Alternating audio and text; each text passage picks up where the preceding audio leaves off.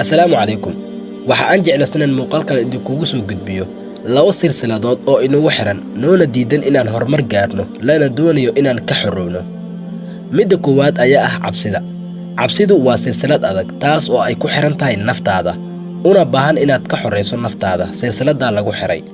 Waayo cabsidu waxa ay ka horjoogsataa horumarkaaga. Cabsidu waa tan kuu diidan inaad tallaabo horey u qaadid oo aad socotaa. mar walba oo aad istiraado shaygan qabo oo samee maskaxdaadu waxa ay ku soo hordhigaysaa caqabadaha adag ee ku geedaaman guushaas.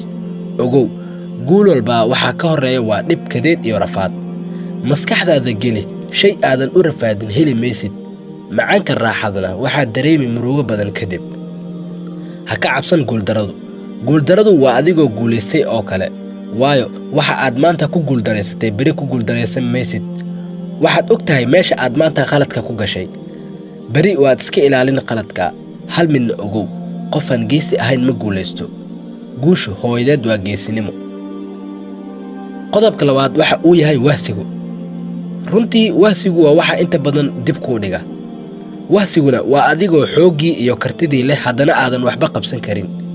hawl maanta kuu taalaana gadaal looma dibdhigo. waxaad arkaysaa dad fara badan oo ku dhahaya maanta ma qaban karo oo beri ayaan dib u dhigi.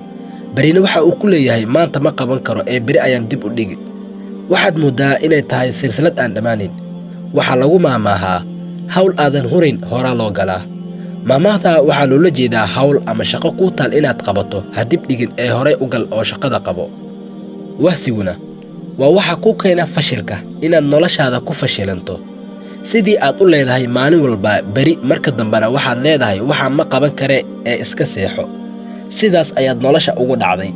wahsiguna waxa ugu weyn ee kuu keenaa waa naftaada.